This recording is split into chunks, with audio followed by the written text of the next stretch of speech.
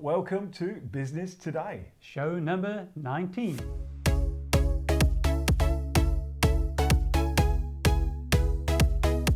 Last week, Helia discussed the luck factor. Anne-Marie talked about overcoming anxiety. Dean Evans joined us from Perth, Glory, and Andrew talked all about branding.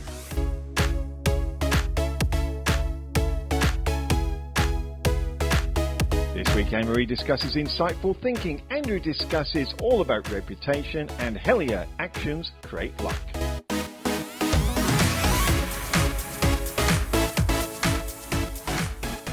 Well, welcome back to another fantastic, I think it's going to be another fantastic show, Gerard. We've got some great guests coming up. And great content. Yeah, absolutely. Thanks for everyone that's been sending in your emails, and the support you've been giving us is absolutely sensational. All those views we're getting right here on Facebook, not to count the YouTube, Instagram, LinkedIn, the One-on-One Business Radio. I think last week we had almost 6,000 listeners to the show just on the radio station. and that's amazing. That's after 19 shows? We're up to show number 19. Quite incredible, quite incredible. Okay, well, we are going to get into this. We've got a really interesting show, some really interesting topics. We're going to South Africa first, though, Gerard. Well, I think that's always good to start with. We're going to be talking to Anne-Marie over there about insightful thinking, Gerard. For me, you have to make time to think about your business, but I think it's how and when you make time to do the thinking, you're going to enjoy this. It is so important for us to understand that all of us, whether you're a business owner or a mother or a father, doesn't matter. We have a limited capacity to think. We've got a limited amount of neural thinking. Now, as soon as we need to solve a problem, for example, that problem takes up so much neural energy. And if we're not focused, we have to understand that there's so much going on in the world around us. There's so much demand on our time. There's so much demand on our thinking with regards to noise. And that noise is human interaction at this point in time. It's Zoom meetings, it's phone calls, it's interaction with difficult clients. There's so much going on. And if we don't make the time to solve important problems that we do get and challenging problems, we're always going to get a place that we try and think and try and solve the problem, but we just can't. Because what our brains need is a little bit of distance from the problem. We literally need to engage our whole brain, our right part of our brain, right side of our brains, and not only the left side of our brains, which is our detailed thinking. Sometimes we just need a little bit of distance from the problem. And this is typically, if you think of, we've all had that. When you drive home in the day, during the day, you couldn't get to a name of someone, whether it's an actor or whatever, you couldn't get to that name. And you keep on thinking, oh, it's on the tip of my tongue. But when you drive home, you remember that name, oh man, it's John. Or you're having a shower and then you remember, oh, I need to remember to do this. And that is what you call insightful thinking. But the reason why it comes to you, often not when you're trying to get to the answer, but very often when you have a little bit of distance from that problem, is because the brain, when you look at neuroscience, the brain needs to quieten down. That alpha wave it's active all the time. If you look at a functional MRI scan, the alpha wave literally quietens down just before you get an insight or an answer to a problem. And the gamma wave is literally at the time of insight, there's a burst of a gamma wave and it gives you a burst of serotonin. And that's typically when you do get the insight. So what we do as business owners, we try and solve problems in the way that we used to solve the problems. We use our old ways of thinking. And as soon as you do use your old way of thinking, you use a specific set of assumptions. And what happens then, as soon as you assume certain stuff, you push out alternatives. And the answer might be in the alternatives. But if I only use one way of thinking, my specific wiring will be activated. And it's a specific map that gets activated. And an alternative is not even on the cards. So that's why very often it's very difficult for us to solve a problem. It's because we're using our old ways of thinking. And it's literally, if you look at the analogy of traffic on a bridge, in order to activate new thinking, you need to stop the traffic going one way in order for the other way to turn around so that you can actually get a different flow of traffic or a different flow of thinking, so to speak. Now, for leaders and for business owners, why this is important, it is important to be challenged in your thinking. And this is what a thinking partnership will give you. A thinking partnership will give you that challenge of your assumptions, because your assumptions make 100% sense to you. But to someone that's outside of that whole situation, that person has a clarity of distance, they call it in coaching. And as soon as you have a clarity of distance, you are more objective. And then you are able to think about solutions in a different way. For the team, what insightful thinking means is also, I would really recommend a coach. Because again, a coach has got a different way of thinking. A coach has got a different, that clarity of distance the coach has. The coach is more objective towards the thinking and can challenge your own assumptions. Also, if you look at, for example, Google, the whole company is set up that they're having fun. And as soon as you have fun, your thinking is different and you open to more alternatives and less assumptions. And you get to different insightful thinking and more alternatives. You're just more open and your thinking is just better. So this is why Google really focus on having fun. And I think in business, sometimes we're so set on getting the task done that we forget to have fun. And by having fun, we can actually improve our quality of thinking. And lastly, I think what is quite important is an aware mind, which is also something that coaching, the process of coaching can help with. The person that's aware can actually get access to a quieter mind because you have control over your thinking. As soon as you don't have control over thinking, it controls you. And it just goes, it's like a monkey, tied to a pole. It just goes crazy. As soon as you do have more disciplined thinking, you can actually quiet your mind down and your thinking down. And that way you can get access to a quieter mind and you can get to a place of insights, which is definitely a better place to be if you need to solve problems. So it's the aha moments that we're looking for. There we go. Anne-Marie, all the way in South Africa. I really do appreciate her making the time. She has to get up like 5:30 in the morning and actually not just get up and go do exercise or have a coffee. She has to get herself all ready and get into her own office to do the filming. But if you speak to her as well, she gets up early anyway. Like any successful business person, they've got a routine that works for them in the morning because that morning time is actually also your good thinking time. It's really interesting because off camera, we were actually talking about and saying, what drives you, what makes you, and she is, well, I know what I want to achieve.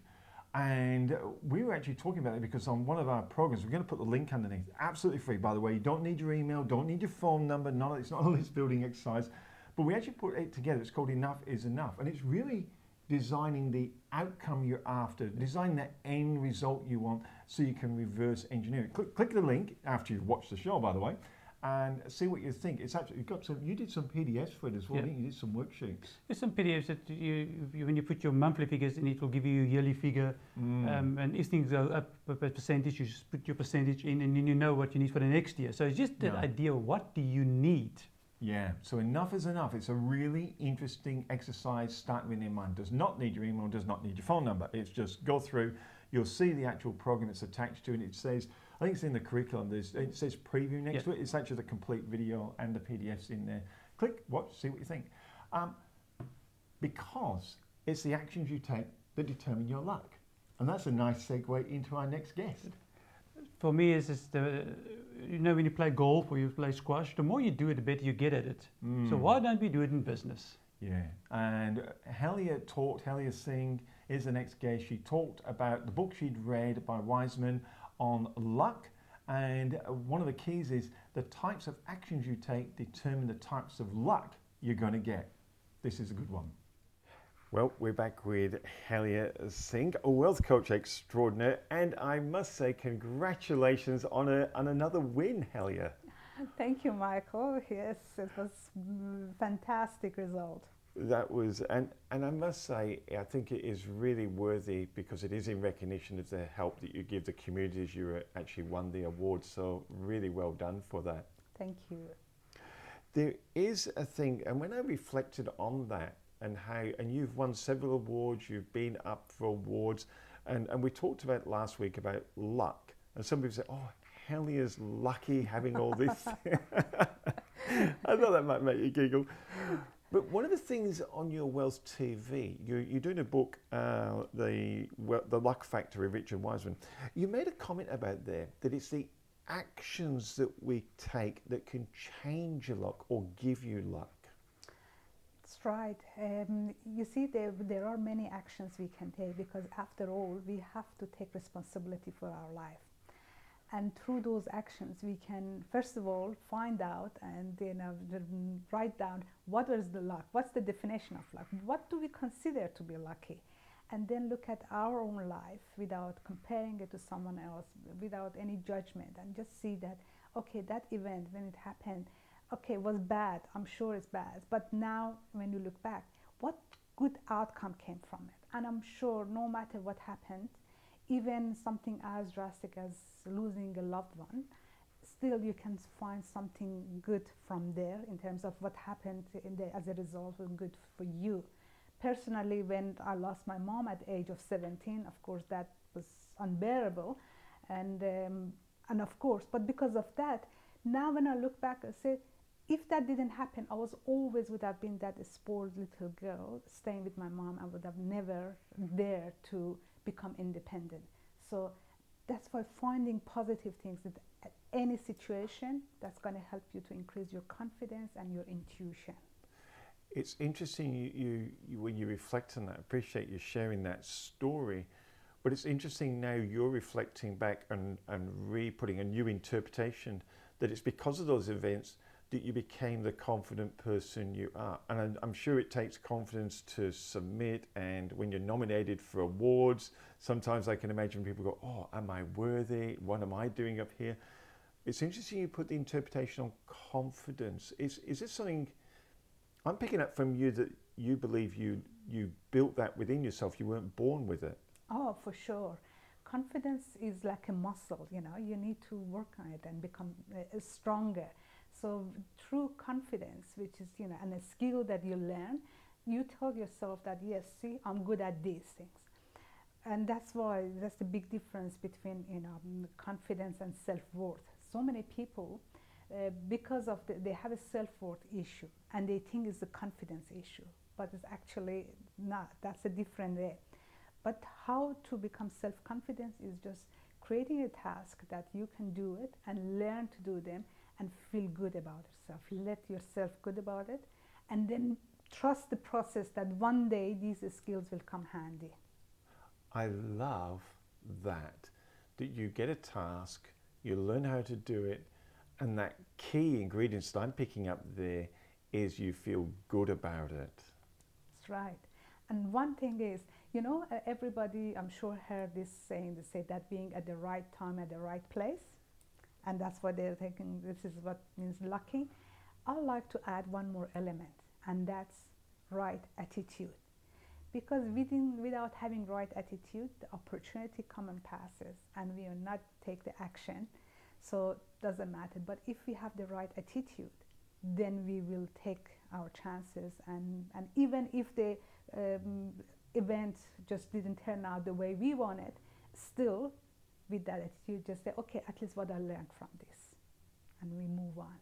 Well, I tell you what, after that, I'm going to be taking even more action. So I want to get more luck.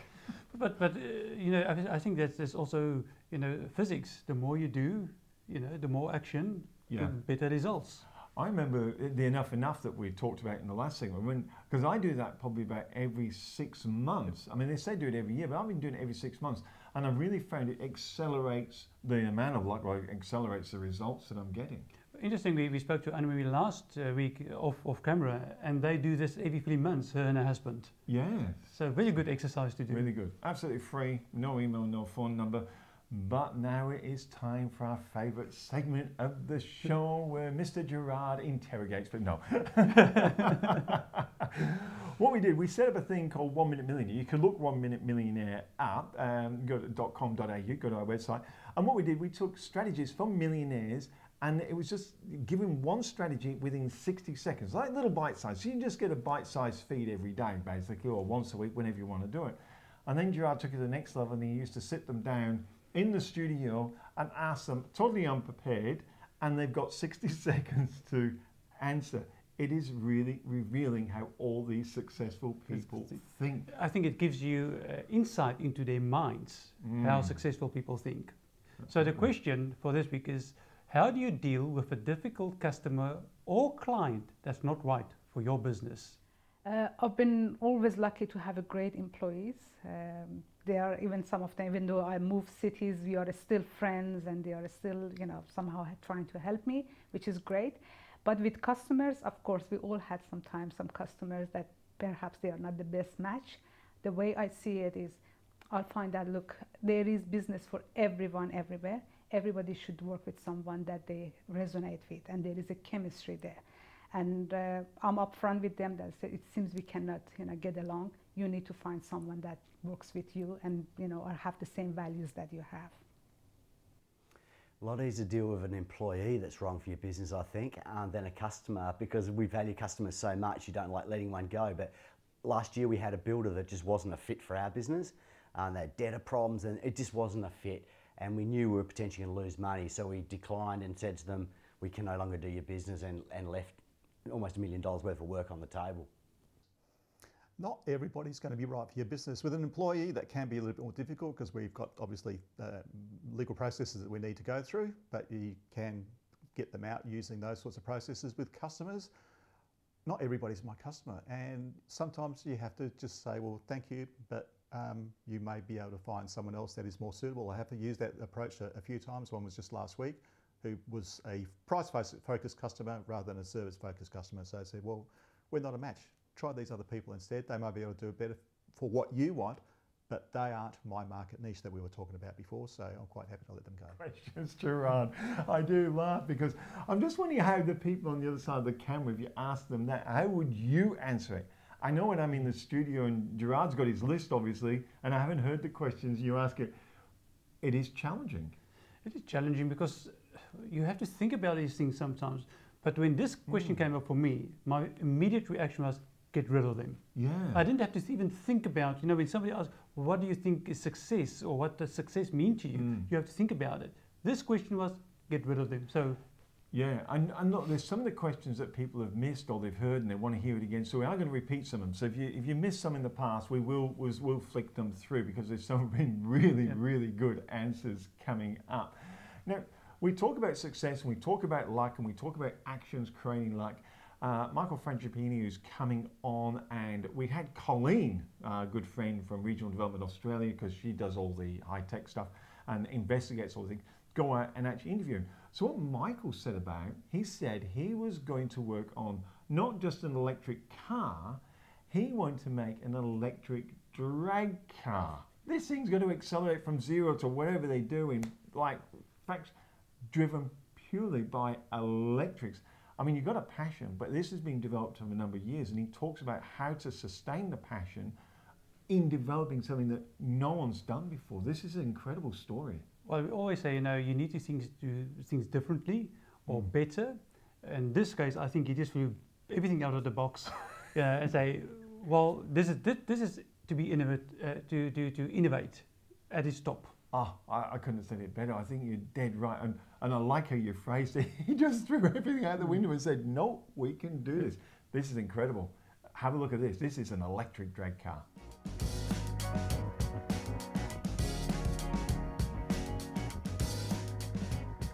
Hello to everyone out there. Welcome back to the show. And as you have all requested, we're back speaking with Michael Fragamini and taking a look actually in his facility here where he has been working on the technology for his drag car. So Michael, it's been a while. So a little while. Yeah. How have you been? Yeah, really good. Yes. Some interesting things have been going on. We've been continuing development of the race car and the general racing tech that's in the car and aerodynamics.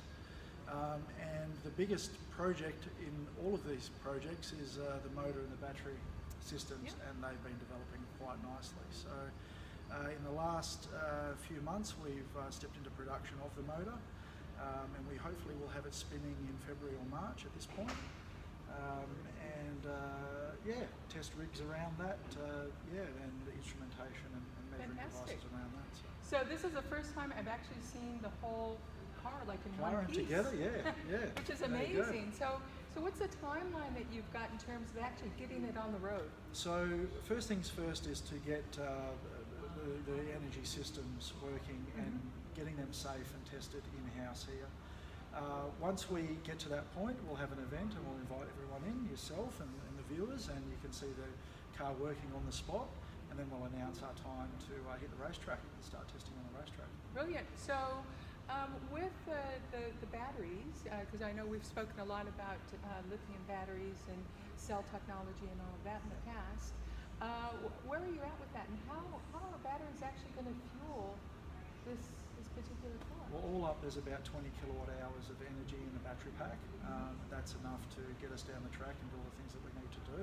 We're discharging all of that energy in only a few seconds essentially. Wow. So what would run a house or two for a whole day, we use in about 5 seconds. That's brilliant. So this vehicle is going to get up to over 600 kilometers per hour within how many seconds? Within 4 seconds or 5 seconds to that speed, so hopefully to about 530 kilometres an hour in 3.5 seconds or so.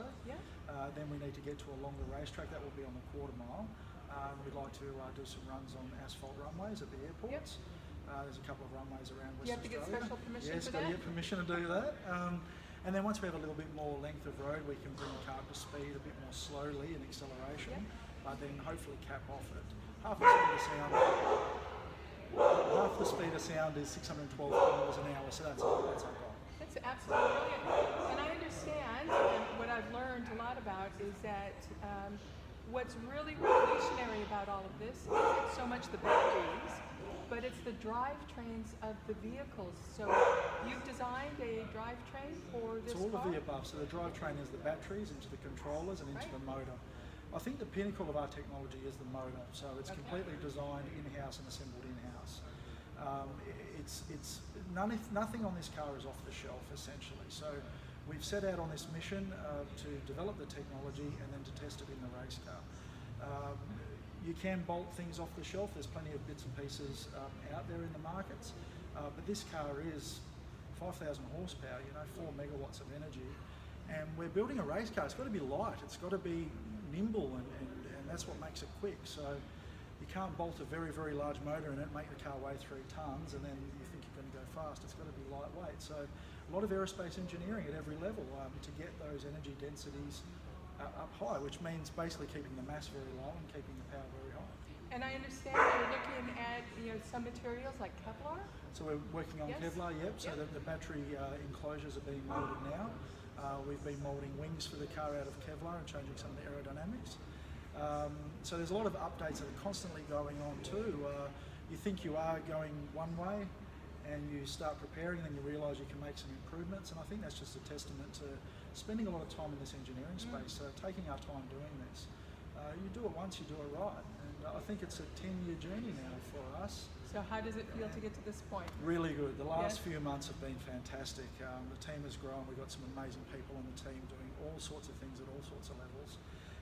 We're really starting to see progress in the engineering side and the production side. So that's where we're at. We're here to build a facility, a testing facility, an R&D facility, all of our technology, which has other implications in other industries, and that's all growing. We've recently, over the last several months, we've split the company up into two. Brilliant. So now we have Top EV Racing is the race car, and Hyperpower Technologies is the intellectual property and all of the batteries, motors, charging systems, controllers. That's brilliant, and this is all going to be so important moving, into this new battery future. Yeah. And so what do you think is the most special thing about what you've done? Building the team and the people. Brilliant. Bringing the passionate. And the team is not just the team that works here.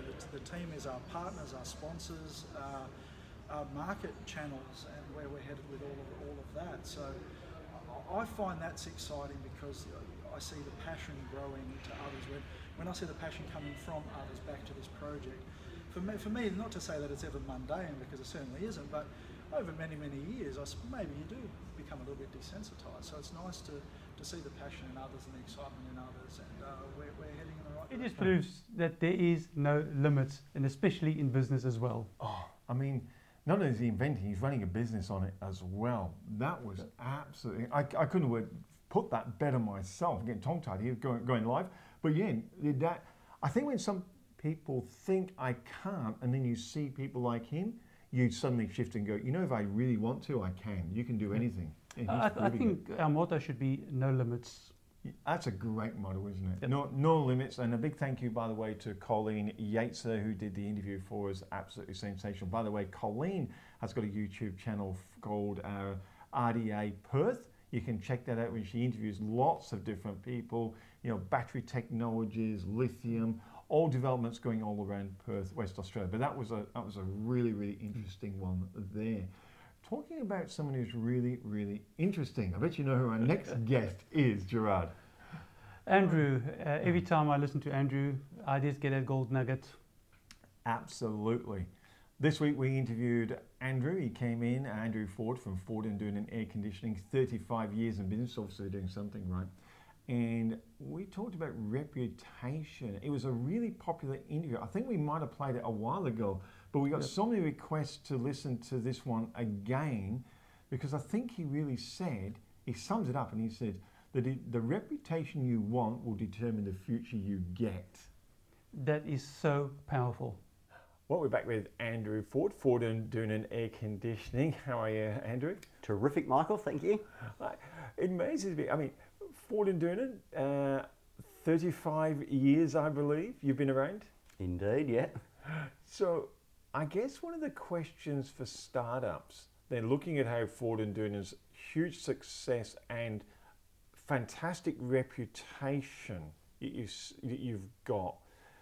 When did you and Kyle say our reputation will give us our future? And did you ever conscientious decision, or is it just a natural thing within you two for Ford and Doonan to turn out this way? It's a really good question. I think inevitably it comes from within and the way we were brought up and our genetics and that sort of thing. So it wasn't like something we consciously did. It just felt right to always do the right thing. We probably didn't realise the importance of it until some years after we got going in business, that we were doing the right thing and not leaving any burnt bridges. And that's one of the things I always believe is never burn a bridge behind you, because you never know when you need to go back. And even if that person did the wrong thing by you, as long as it wasn't paramountly bad, you don't need to burn that bridge. You don't need to say what you may want to say to that person, because that person may come back into your world and be an asset that you'd be glad you didn't burn. Mm. One thing that strikes me with Ford and Doonan in particular, you've always looked at the clients. Now, Ford and Doonan sets a super high standard at a very reasonable price for your air conditioners. One thing that got me, you and Kyle said, we want our clients to save money. and you picked an area, and it was the ducting, and you actually invested your own money in developing a better ducting system. That's got to be tough for a business owner to say, let's invest this money so the customer will benefit. That's right. It can be a tough decision if you're purely profit focused and short term thinking. I think strategically, you need to start to adopt a strategic approach to a lot of these decisions and look greater than 1, 2 years, even 5, maybe even out to 10 years. And a lot of the time, it's not even a matter of investing your own money. It's a matter of not doing what everyone else is doing. So if the supplier offers you A, B, and C, which one do you want? We'll have a look at another supplier who might have E that you can put between A and B that delivers a superior product. So it's not always about the investment or coming up with a whole new engineered solution. It's a matter of looking laterally at what's available and don't just follow everyone, which has always been our philosophy. If everyone's going down path A, we like to have a good look down path B, and we'll often find a better route down there. And I noticed one of the things, you're very progressive. I mean, 35 years and you still look for that edge or that benefit a customer can get. Now, recently, I got the inside tip. We've had the COVID-19 and viruses. And obviously air conditionings can sell viruses, with the airflows and so forth. Probably never been highlighted as much until COVID-19. But instant you went, oh, it got highlighted, you moved to help alleviate the problem. Can you give us an insight on that?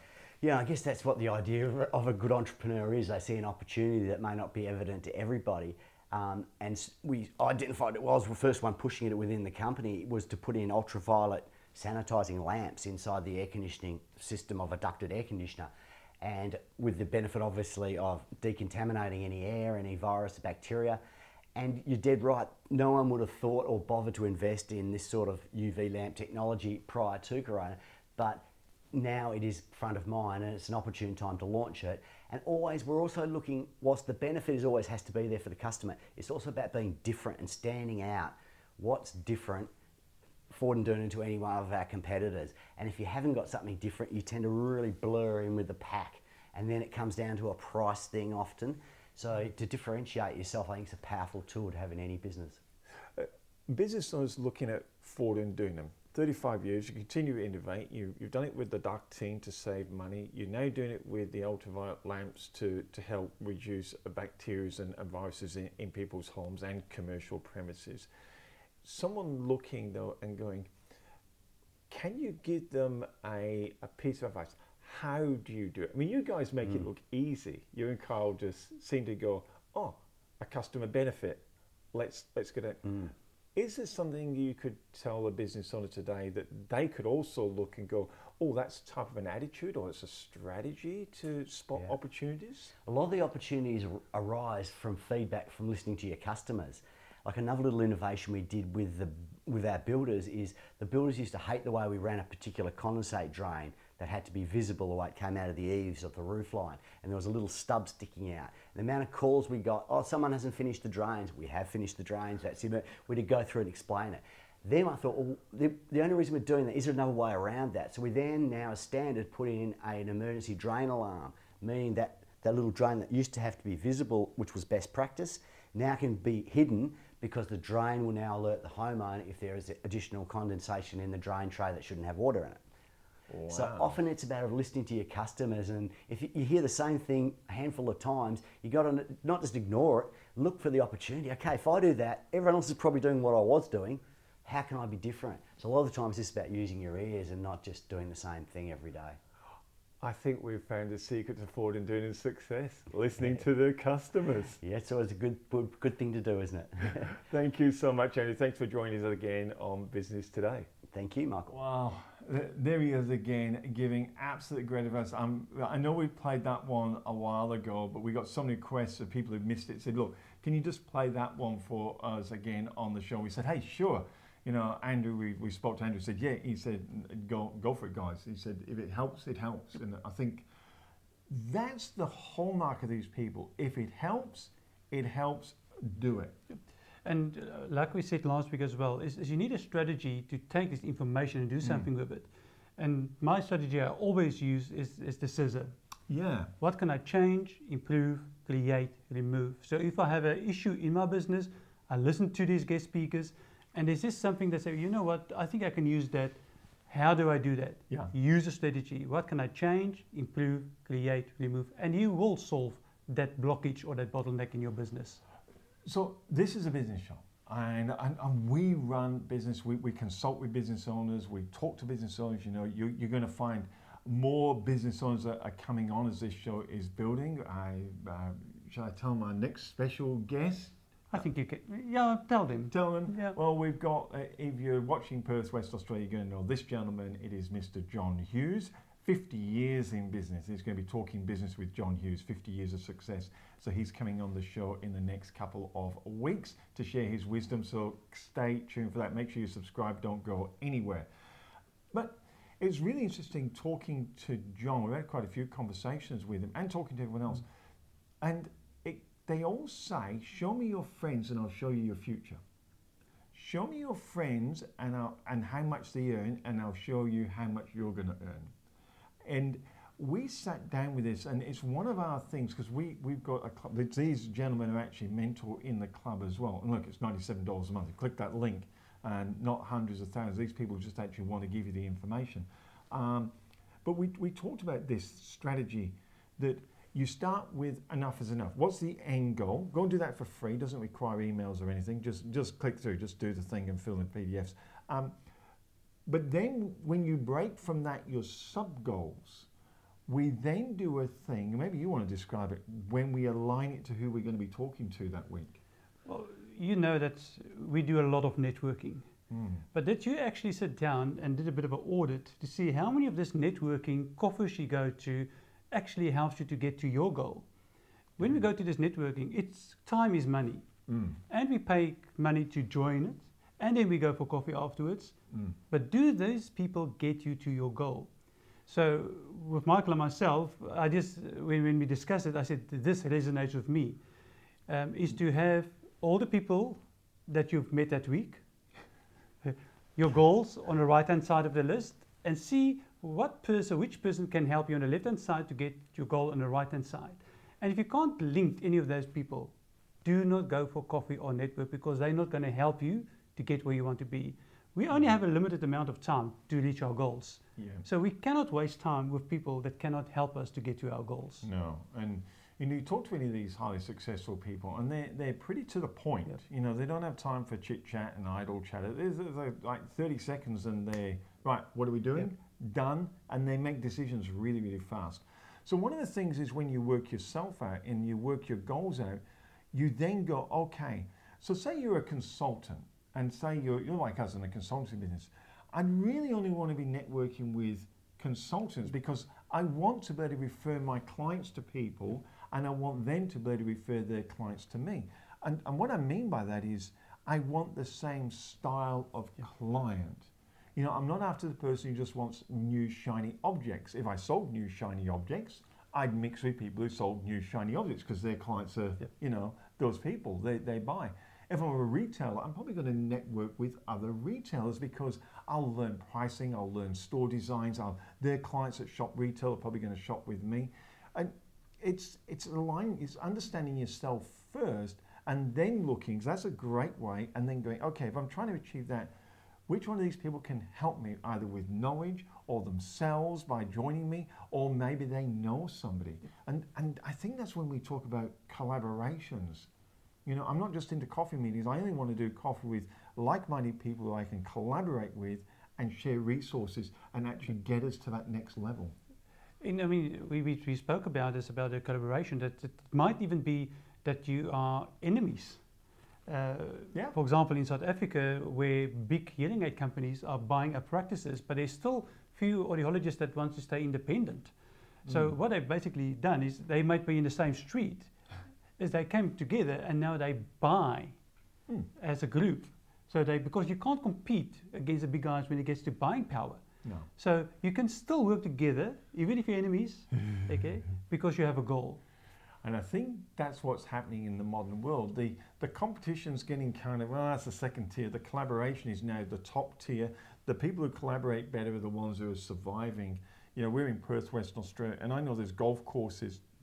They compete for each other's clients, but they collaborate, met a group, a buying power group so they can get the clubs and the balls and everything, all the accessories, so they can compete against the big superstores that are doing exactly the same thing. And you know, people would say, oh, they said, no, collaboration is more important than competition. We get that bit right, we don't have to worry about the rest. It's all about doing things differently. We cannot do things the same way that we done before, because business is changing, the economy is changing, the world is changing. We cannot stay behind. So make your goals list, write down the people you're going to be meeting in the next 7 days, line them up to who can help you get towards those goals, and the ones that can't, the question is just this a social gathering, or are you tricking yourself into, oh, it's a business meeting? No, it's not. If they're not going to help you get to your goal, it's not a business meeting. And some people, I know people say, oh, but I might help them get to their goal. What? No, they need to help you get to your goal, and then you help them get to their goal. You know, you've got to be helping each other. It's not a one-way street, it has to be a two-way street. So goals, make your list. Which one of them? I just put numbers down mine. I normally number my goals like 1 to 7, say, and then I'll put a 1 next to somebody or a 7 next to somebody, so I know which goal. And then when I have the meeting, I actually know the direction I want to take the conversation. You don't sit and chit-chat. No. You know exactly where you want to go with the meeting. Absolutely. Well, what a great... I've really enjoyed today's show. And I hope that these conversations that we have here as well is helping you in your business to get you where you want to be. So 2 things to do. 1, leave some comments underneath and ask us some questions. And number 2, click that free link. Does not take your email, does not take your phone number, it does not take any excuses. Click it and do the exercise. Enough is enough. You'll scroll down, it says curriculum. You'll see it listed. There's actually 2 parts to it. They both enable preview. You get access to the complete thing. Just do it and let it change your world. Until next time, it's goodbye from me. And goodbye from me.